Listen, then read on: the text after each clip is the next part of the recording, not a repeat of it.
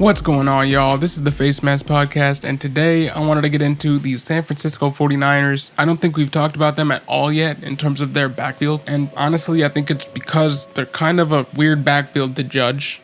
It seems like they shuffled around every week last year, but let's take a look at their depth chart going into 2021. It's Raheem Mostert, Jeff Wilson, Trey Sermon, Elijah Mitchell, and Wayne Gallman. Last year, among running backs in PPR leagues, Jeff Wilson ranked 26th in fantasy points per game, ending the season with 600 yards and 7 touchdowns on the ground, 13 receptions for 133 yards, and 3 TDs through the air, while Raheem Mostert ranked 29th with 521 yards, 2 TDs on the ground, and 16 receptions for 156 yards and 1 TD. Wilson played in 11 games, while Mostert played in 8.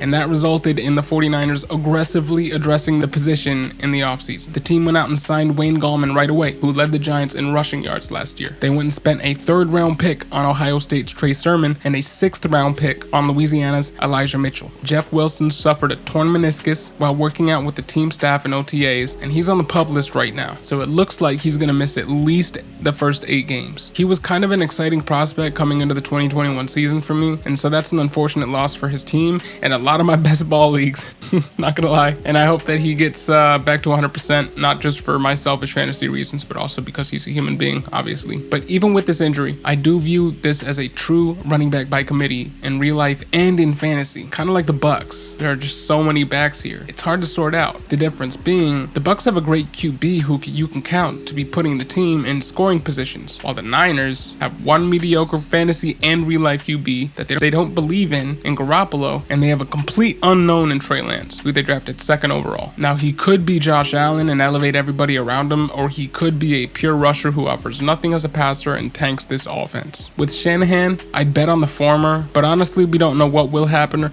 or when that will happen. Either way, in Dynasty, Trey Sermon looks like an RB1 for long term for a run-first offense. Go get him. Mostert is a sneaky buy, as his value is low right now for someone who should see a fair amount of work early in the season, especially through the first 8 games. I expect Lance to start week 1, so with a new rookie raw QB prospect coming in, I think he needs to be surrounded by vets, so I really do expect Mostert to be out there early and often in 2021. In redraft, one of these guys is going to end up being an RB2 season long. Right now, I kind of see all of them as RB3s coming into the draft, and right now my edge goes to the rookie, though we do have to watch out for the fact that while most rookie RBs should theoretically gain value later in the season as they get acclimated to the NFL grind and the nuances of the team's full playbook, that's when Jeff Wilson comes back to muddy the waters. So if you're expecting an end-of-the-year upside play like Cam Akers was last year, it may not be in the cards for anybody in this offense just because there are 5 running backs in this RBBC. But injuries do seem to devastate this offense every year,